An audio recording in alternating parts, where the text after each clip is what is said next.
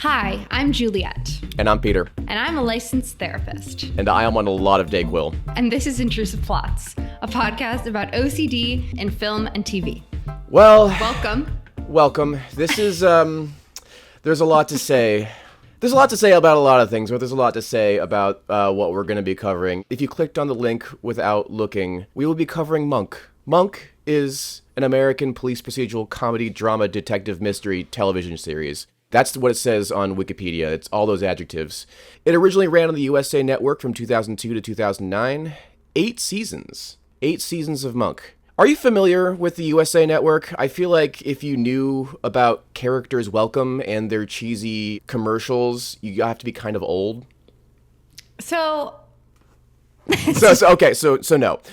USA is still a thing. It's now largely the sports wing of NBC, but they tried to do this thing back in the day where they would have a lot of optimistic, quirky shows like Psych and Burn Notice and Monk.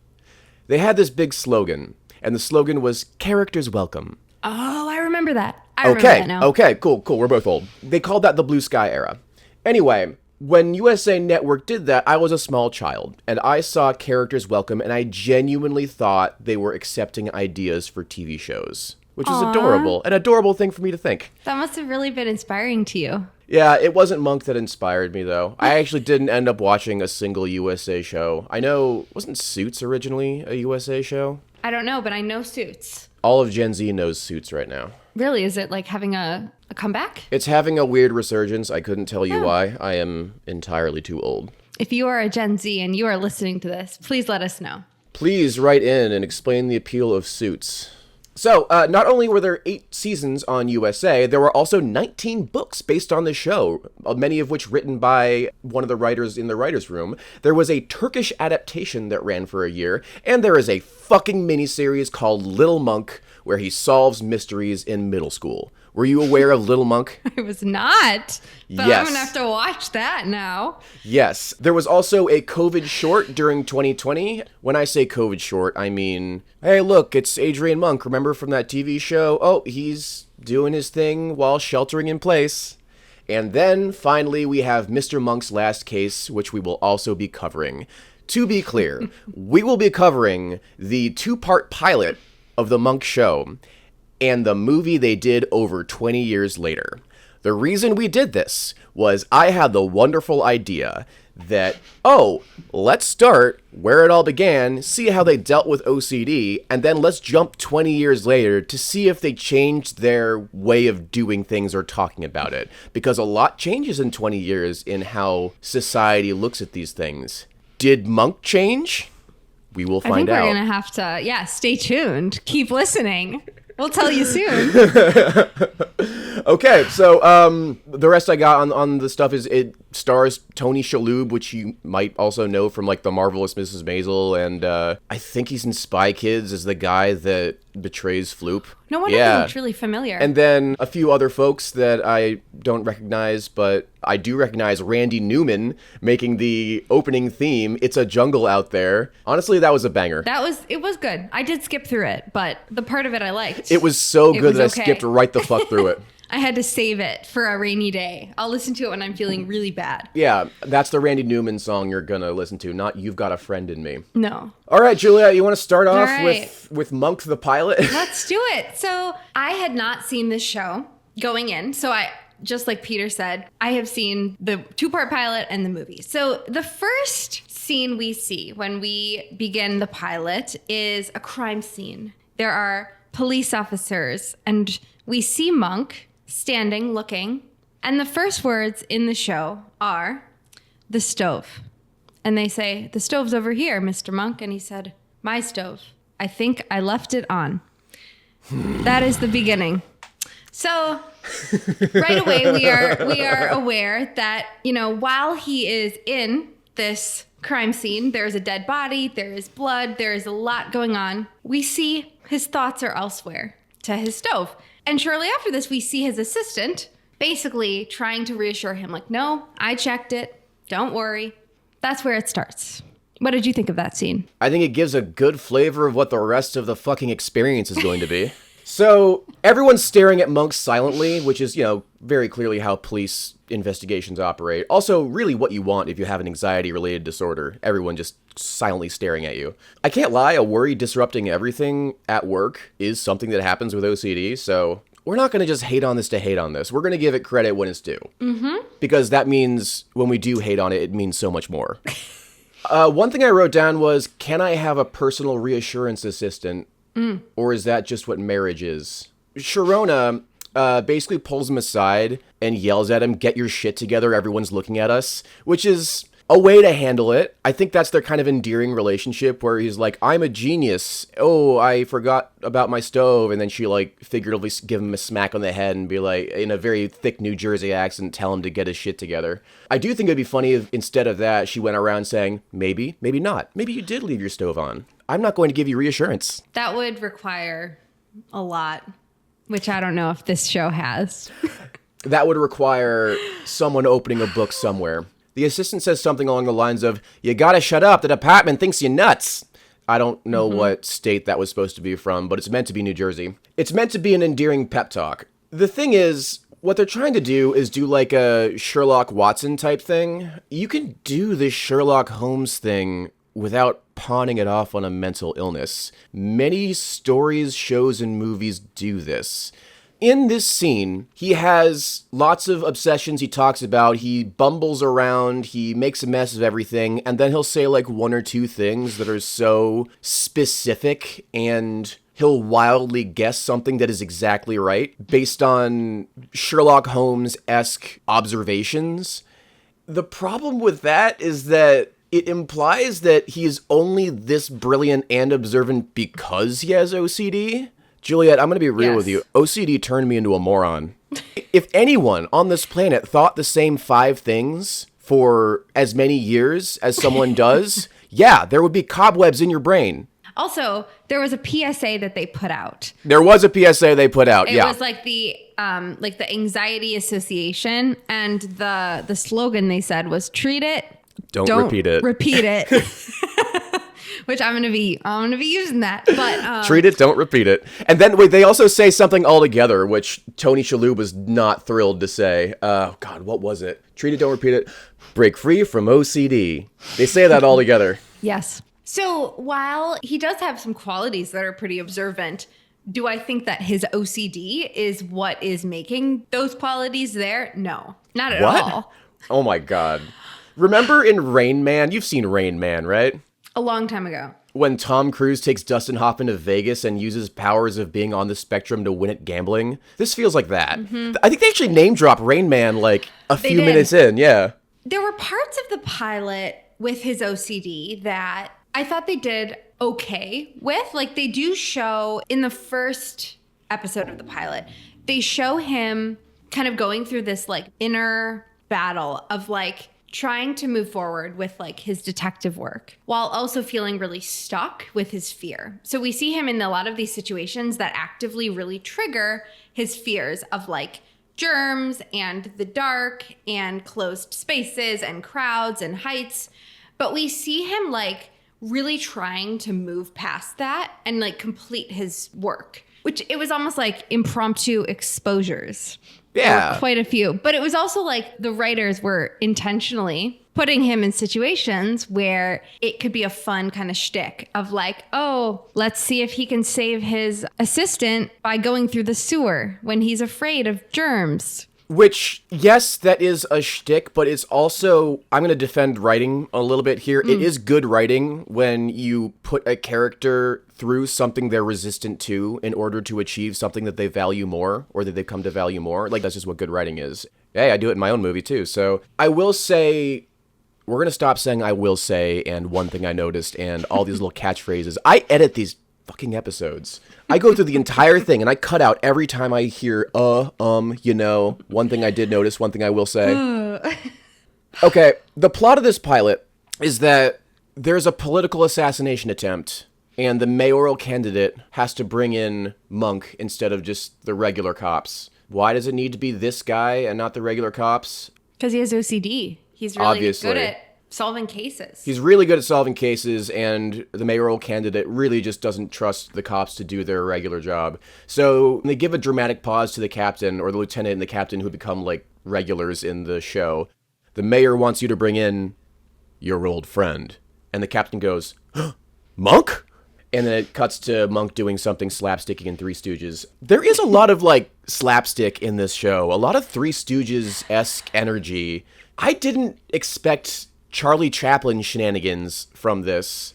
I guess it's a way to keep it light, but it was real weird because sometimes the show does get very dark. Mm-hmm. We'll talk about the tone of this show and the movie as we go, but goddamn. Oh, yes. It was like, okay, is this going to be a serious scene where it's supposed to be like pulling at our heartstrings? Is this supposed to be a scene where we're like, haha, how funny? So anyway, the mayoral candidate wants Monk to use his powers of making wild guesses and somehow being right based on pretty much no information, which I noticed while I was watching. Hey, is he using magical thinking? Is it working for him?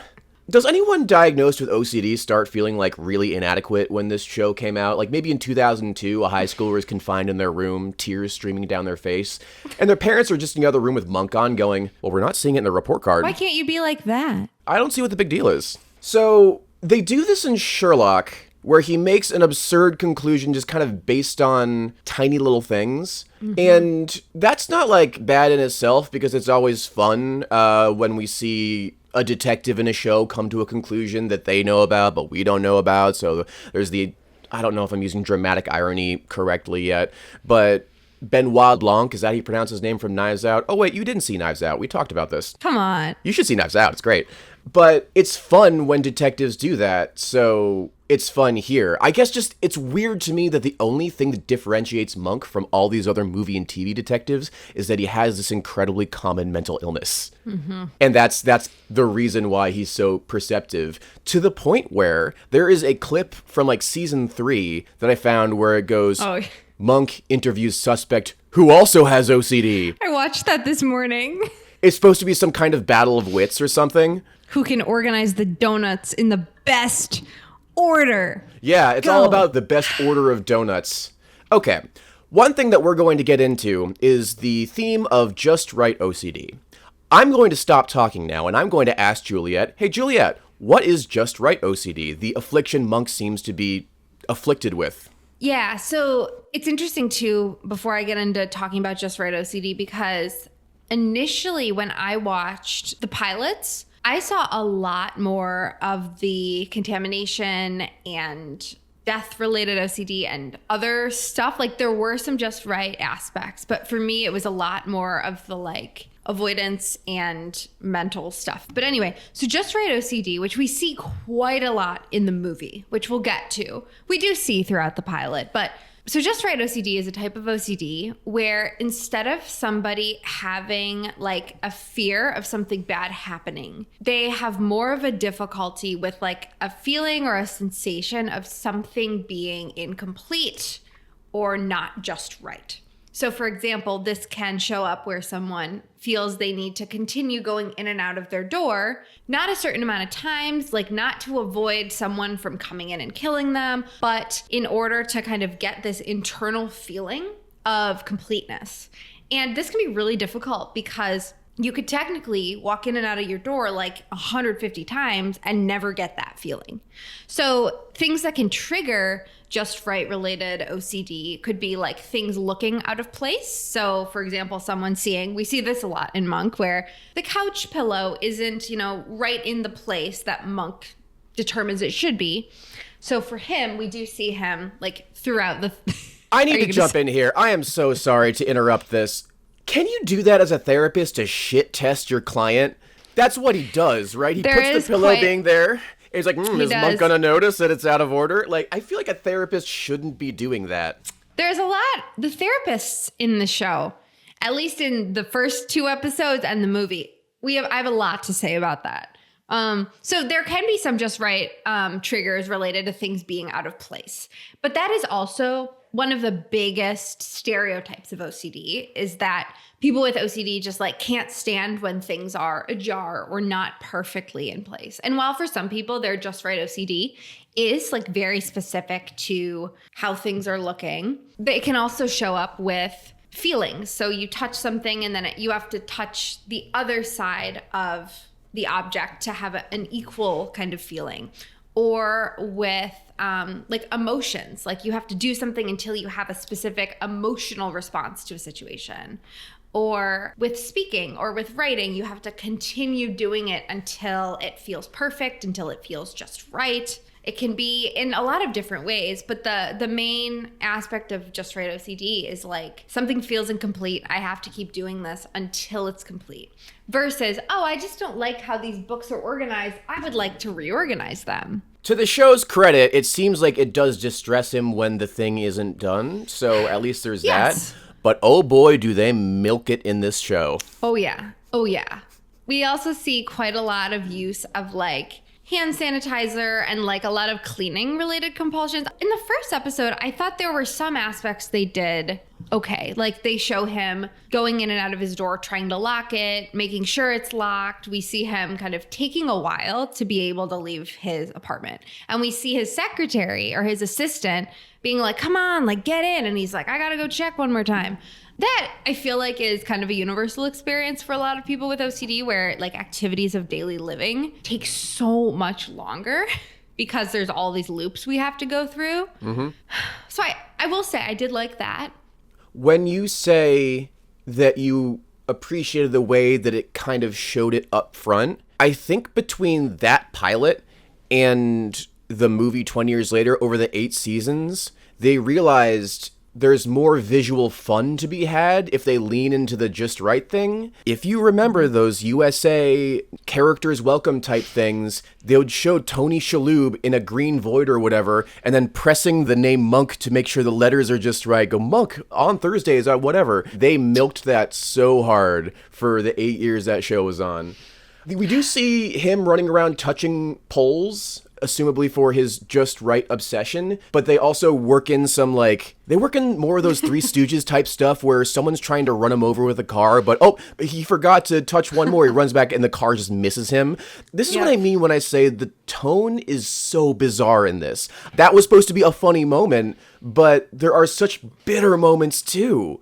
And we see this man in pain, but we're also supposed to kind of laugh at his pain a little bit. This is a bizarre show. So they bring him on to this mayoral candidate's assassination attempt. They got to find out the guy that tried to do it.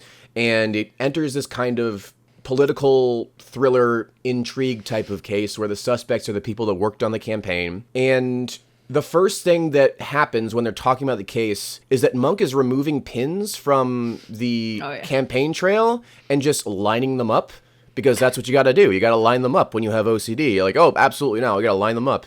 They get yelled at, so it was like, oh no, I'll put them back. And then he puts them back, and then some Three Stooges shit happens, and then all the pins go everywhere. And then he goes, don't worry, guys, I got this. And he puts every single pin back exactly where it was. I don't have this absurd photographic memory. I don't know if any of your clients have that. I don't know if you have that and you haven't been telling me. I really need to get into a career in forensics if that's the case. You know, what am I doing making a podcast? Mm-hmm. The scene is weird because what the scene is supposed to do is show us, oh, it gets in the way, but it's also a superpower.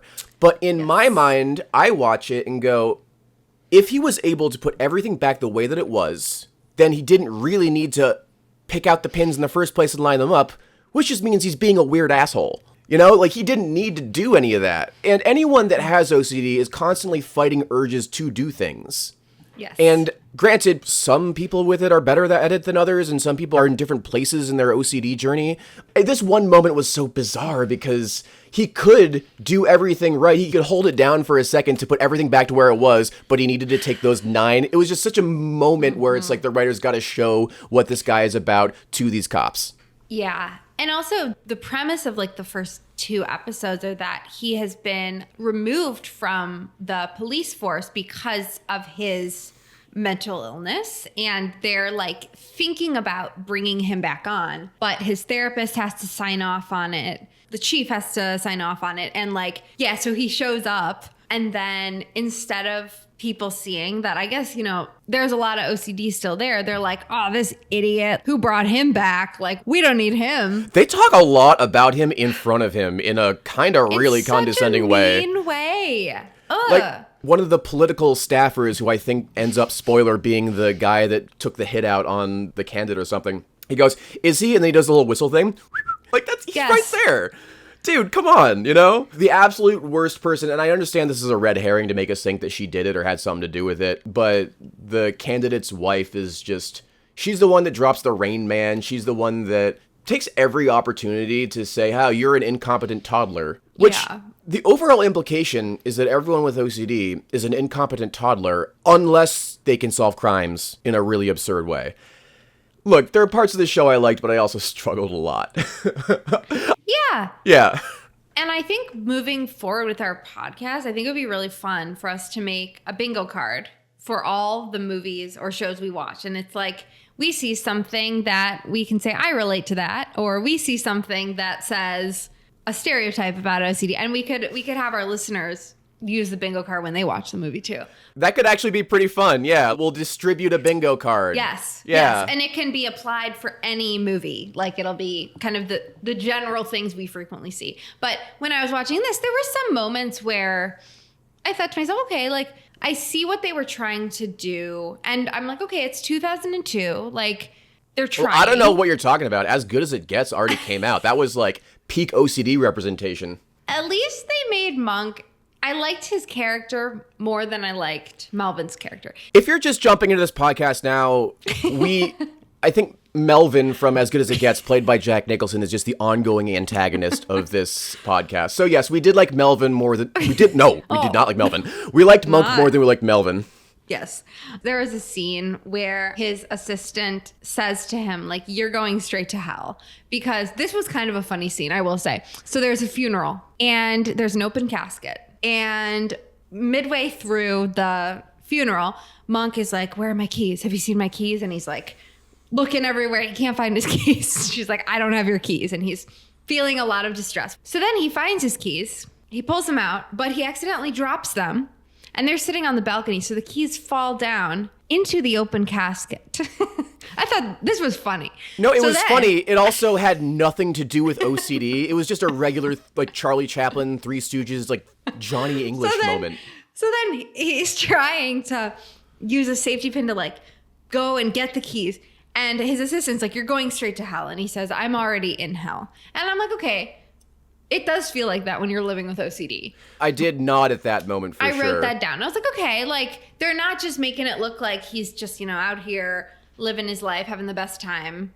They also allude to, like, his OCD being triggered by the traumatic death of his wife, because his wife is murdered in a car bomb, and that was very difficult for him. We'll get to the wife in the movie. We'll get to the wife, but also in these two pilots, we get my favorite cliche of potentially all time. It's the dead wife in bed shot. Oh, the dead wife in bed shot. Oh, so many movies are like, oh, my wife died. They'll cut back to like morning light coming through, and the wife's smiling at you in a POV shot, and like her hair is a little messy, and her bed sheets are on her face, and you just, you know, it's supposed to be like this sweet memory, and it's been run into the ground so hard. Every time I see the dead wife shot, there was a decade where it got a little out of hand. Or the, like, compilation. It wouldn't just be the shot. It would be like all the things with the dead wife. All the things with the dead wife. Now, that whole scene with the funeral, like I said before, had nothing to do with OCD. It just had a lot to do with Monk being a klutz in some ways, but not a klutz in others. Because he MacGyvers dental floss and a paperclip into a fishing line, and it almost works. But then it catches on the gentleman's arm. The deceased gentleman's arm. The deceased gentleman's arm. So when the priest is like, may he rest in peace, then, like, all of a sudden we see his arm go, and everyone screams, and I laughed. So there's all this goofy shit going on. And then, like, later in the episode, he'll reveal something that's kind of dark. He's got extensive knowledge on ballistics and guns preferred by mercenary groups. No amount of OCD can tell you what kind of guns paramilitary groups prefer. There is some shady shit going on in Adrian Monk's past. There's a lot, yeah. He is kind of a mystery. We don't know much about him. They just kind of laugh at him. And then they'll go right back to a scene where, like, he's just trying to fit into a chair made for a child. That has nothing to do with OCD. That's just him being a klutz. And he spends the whole scene trying to fit into a chair. And that's supposed to be in the same league or context as the Just Right stuff. It's not, but it makes for a good USA characters welcome bit. Welcome. Characters welcome. The kind of general vibe of the show was like, okay, there's this guy. He's a detective. He's kind of quirky. He's kind of awkward. And also, you know, the main laughing point is that he has all these things he has to do. Why? Oh, he has a mental illness. But we won't really like go into that. We'll just say, oh, why are you doing this again? Come on, get it together. And then they laugh at him and they disregard him. But then they need him because he is able to solve these crimes. And then they're like, you're great. Thank you. Yeah, that's the exact same plot of a story known as Rudolph the Red-Nosed Reindeer. Which is very, if you can see my Christmas sweater, we got a Christmas tree in the background. Very popular story where something's wrong with you, but, oh, whoa, you're useful. Okay, we want you back now. Yep. 30 minutes in, they get somewhere with a similar looking murder that happened in a different place. It's the murder that we opened on. He thinks those two murders are connected, and everyone tells him no. Turns out the murdered person did work on the campaign, and he's about to receive that information, but the campaign worker that they were going to get that information from gets fucking killed in a really dark moment. Now, Yes. He guesses that he got killed exactly how it happened in the most absurd way possible. He literally guessed the route the car was taking, guessed a person dressed up as a homeless person because half of the window looked a certain way. He magically thinks exactly right. Honestly, that's what most of the detective work in the show is, him just making this absolute wild guess. There are shows that do this better. There's also shows that don't do it better, but we love them anyway, like Sherlock, you know? Sherlock just makes these absolute wild guesses based on little tiny details. Just a great... Okay. Do you remember College Humor? College Humor is no longer a thing. I'm not surprised. College Humor was big in the late 2000s, moving into the 2010s, and now they're like a show called Dropout or whatever. But they had this great sketch about Sherlock doing this thing where he guesses like, oh, I can tell you're an alcoholic because the plug in your phone has scratches all over, meaning you're drunk whenever you try and plug your phone in. And the guy goes, oh my God, that's incredible. And also completely wrong. And then everyone goes, yeah, I have these too. What the hell? He tries guessing this other amazing, like, specific thing and go, that's also incredibly wrong. Completely wrong. And then Sherlock starts crying and then goes, oh, no. Wait, no, you're right. He was an alcoholic. Oh, Sherlock, don't cry. Yeah. I thought about that sketch when seeing Monk just make these absolutely bananas guesses to move the investigation and plot along. And then... He has a bit of a breakdown late into the first episode, and he interrupts his assistant who's trying to live her life and go on a date. I told this to Juliet last night, saying, we cut right into that scene to the weirdest first date line I've ever heard in my life. They're clinking wine glasses and saying, to moderation in all things except love. In what context is that not the weirdest fucking thing to ever hear on a first date? But my whole thought was that the date was going to be the murderer because he looked kind of tall to me. Because I'm like, why would they show him crashing her date? Like, why would Monk crash her date? That is something that shows have done, being like, oh, this unrelated character is actually the killer. I can think of two off the top of my head that have done this exact thing. What Juliet means by him being tall was he makes the absolutely bananas guess that because of a little twist in the blinds that's taller than the average person, a person that is above 6'3" must have been both in one place and the other place. And turns out he's right. Just because that person is tall, the probability of a person being that tall and those two murders happening, it must be the same person. That's the logic this show runs off of, and everyone questions it, and he's right anyway. Yes. So, let's get into part 2 of the pilot, because we still have a lot to get through, and we got a whole movie to get through. Yes. This might be a 2-episoder. This might be a 2-episoder. Okay, we start in, and I wrote down at this point, his assistant is low-key just hurling abuse at him. I hope the way they talk about this whole thing in the 2023 movie is better. What naivete Peter had. I thought the same thing. So there's another slapstick moment where, like, they're actively trying to kill Monk now because he's getting too close to the truth of who tried to kill this mayoral candidate. And that's when this just right OCD, he turns around and taps a pole one more time and gets narrowly missed by a car. Now, Juliet, do you find yourself doing compulsions when you get car chased in your life? I can't say that I do. The way that they show throughout the pilot and the movie, we see like his OCD overriding his survival instinct. I was thinking that too because, okay, In our Pure O episode, our guest Dylan says, oh, but like we're high functioning when we need to be. We kind of had some debate on what our experiences were. But one thing I did kind of take away from that was, yeah, actually, when shit proverbially hits the fan, I'm actually not as bad in a crisis as I think that I might be when it's not crisis time. Yes. So OCD usually is like in the past and the future. And then like usually like with the anxiety we feel in the present, if there is like an immediate like we need to act now. For most of us, the like genuine survival instincts like really kick in and we're able to get ourselves to a safe environment and then maybe do all of the compulsions that we felt we needed to do before. But yeah, so we see him like being chased. And then instead of just running, he's like continuing to touch. What were they? Were they like lampposts or like the... They weren't lampposts. They were like traffic guider things. Yes. That are on the sidewalk, which is weird. Mm-hmm. Those are the dirtiest things on the planet, and yet he has a contamination OCD. Now, what we'll say is OCD is not rational, and we can explain it away like that. They probably noticed that right in the show. I'll be like, let's just own it. Let's just keep going. Okay, so eventually, after somebody makes an attempt on Mr. Monk's life. Mr. Monk. Mr. Monk. This is Mr. Monk's first case. And then we'll be reviewing Mr. Monk's last case, which is the title of the 2023 movie. He goes back to the campaign office and starts questioning Gavin, whom we will eventually learn is the guy behind the hit. While he's doing that, he just grabs a fistful of shredded paper from the top of the trash can and starts just like putting the organizing it. Yeah, he starts just writing it back to being unshredded. Number one, like, yeah, that's more of this, like, pseudo-OCD bullshit. Number two, it's right in front of Gavin. Gavin lets him do it for a while before he notices. Like, that's the bigger stretch to me, you know? I mean, the biggest stretch is that what he starts organizing in front is relevant to his investigation. Granted, if I were a writer of the show, I'd be like, oh, but he knew that Monk was coming, and so that he had to shred that one thing and then put it at the top of the trash can. Okay, then get rid of the trash. We're getting off track here. Then, after that confrontation, he goes to the person that the candidate's wife is having an affair with. Oh, yeah.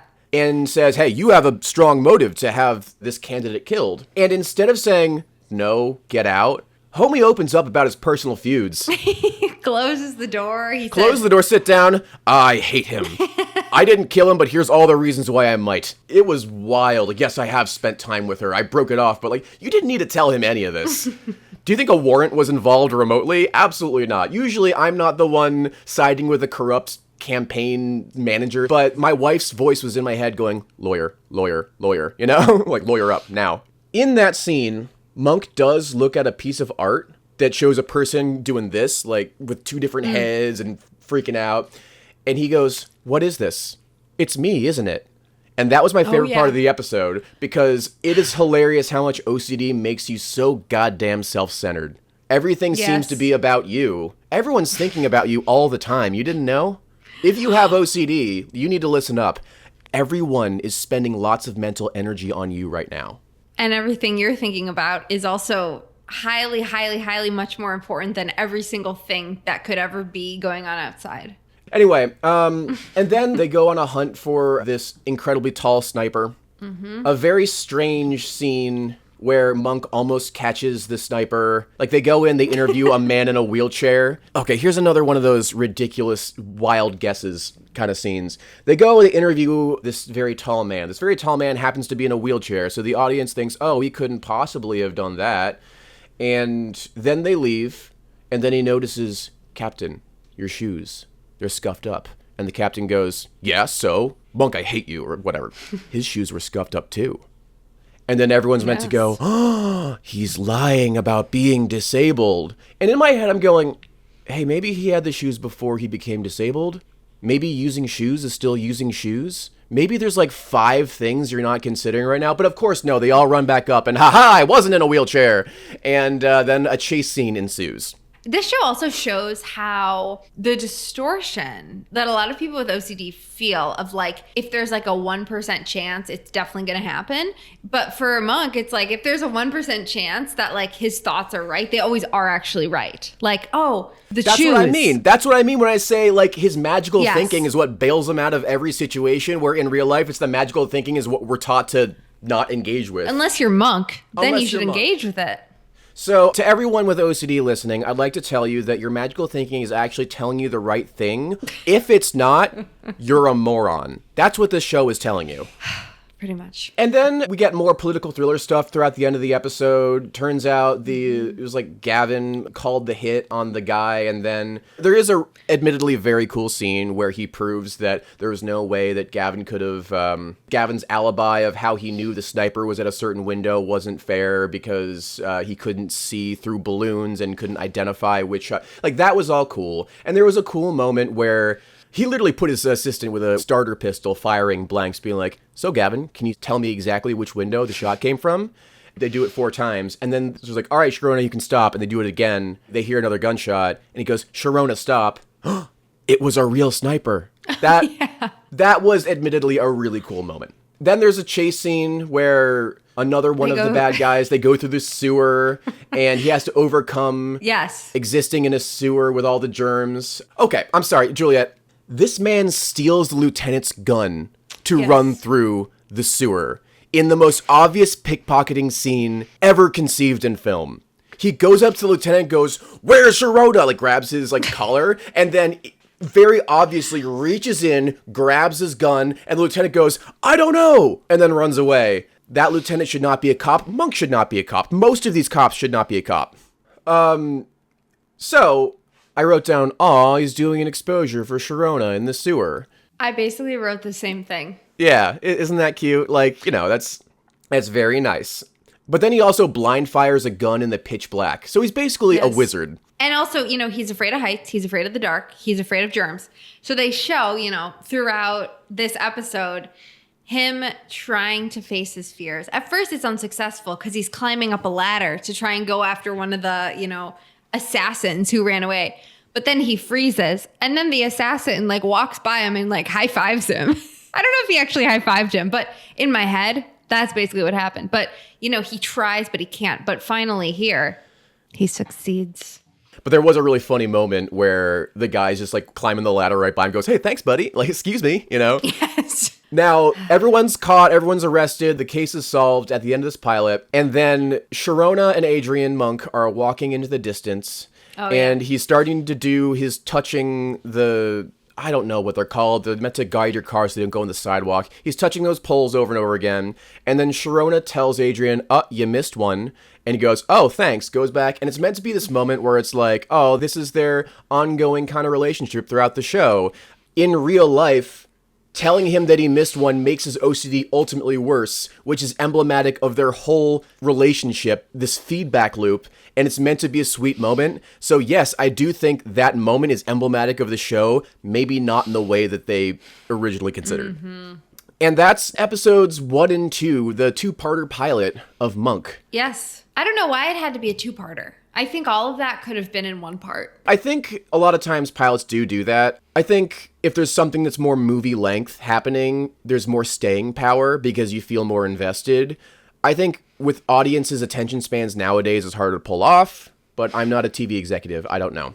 And we've realized while doing this that there is no way we can have the pilot of Monk and the movie Mr. Monk's Last Case be the same goddamn episode. And we need to give that movie justice. So we need to do that movie justice. We so cannot Juliet, skim through it. Would you like to take us out? I sure would. Thank you so much for joining us on this episode of Intrusive Plots. If you don't know, my name is Juliet. I'm an OCD therapist and educator. You can find me on Patreon or on Instagram at Juliet Gustafson. I'm Peter. I wrote and directed a thriller about OCD called Exposure. You can find it on demand on physical media. You can follow us on Instagram at intrusive_plots. You can let us know what films you'd like to see us review next. Tune in next time for us to jump over 20 years into the future and see what Mr. Monk has learned, or what the writers of Monk have learned. Goodbye. See ya!